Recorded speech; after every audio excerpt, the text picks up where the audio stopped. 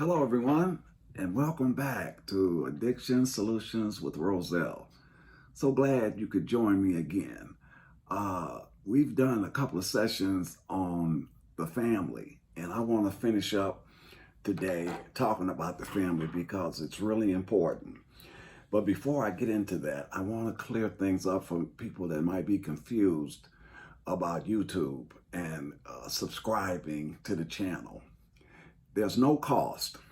All you do is go to YouTube, type in Addiction Solutions with Roselle, and click subscribe.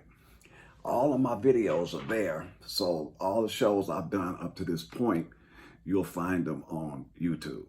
So now that we have that out the way, I hope some of this family information has been helpful. The family is the person or the unit that really gets the brunt, I should say, of the blows that the addicted person carries. And that comes in the form of codependency and enabling. We explained codependency. That's when excessive emotional or psychological reliance on a person that has the addiction. So that means that you take on some of the characteristics of the individual that's addicted. Even though you're not using any sort of chemical, you take on the characteristics, meaning their behaviors, their anger, their joy, things of this nature, that are relevant.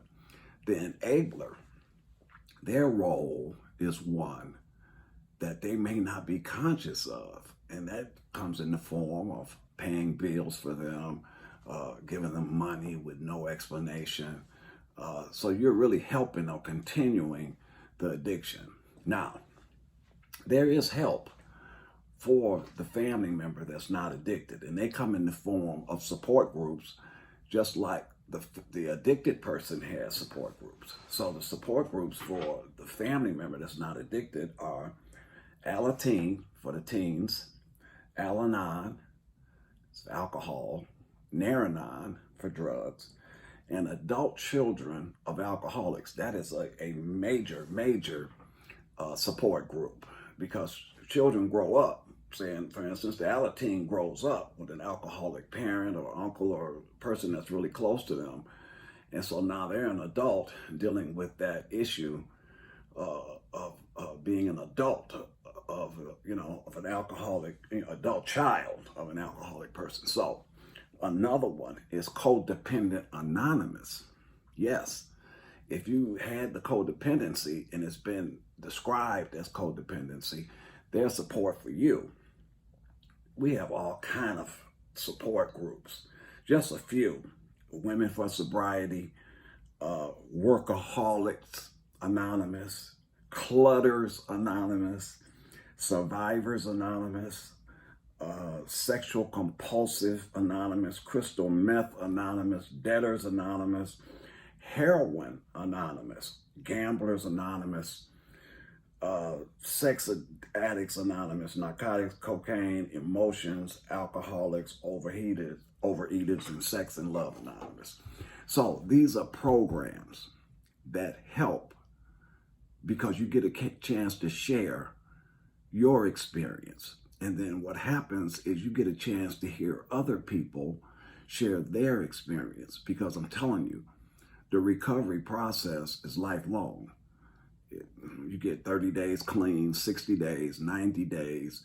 This is a day at a time for all of the addictions: alcohol, cocaine, heroin, pills, sex, gambling, eating, even smoking, which is really an issue.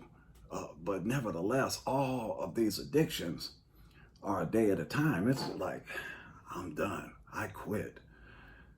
Supposedly, people say this when they reached that imaginary bottom. Trust me, the bottom has a trap door. There's no such thing as a bottom. What, you lost your job? You lost your car? You lost your house? You lost your spouse? And you think that's a bottom? No.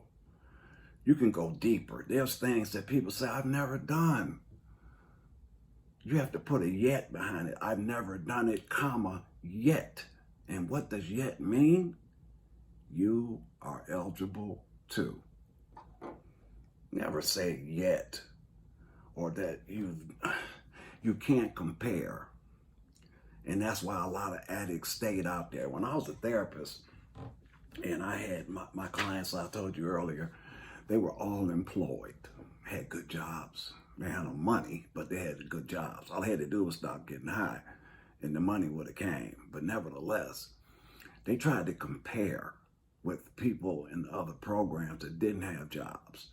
And so you can't do that, because all you're doing is just making the situation worse. I can't point a finger at you when I got 4 pointing back at me.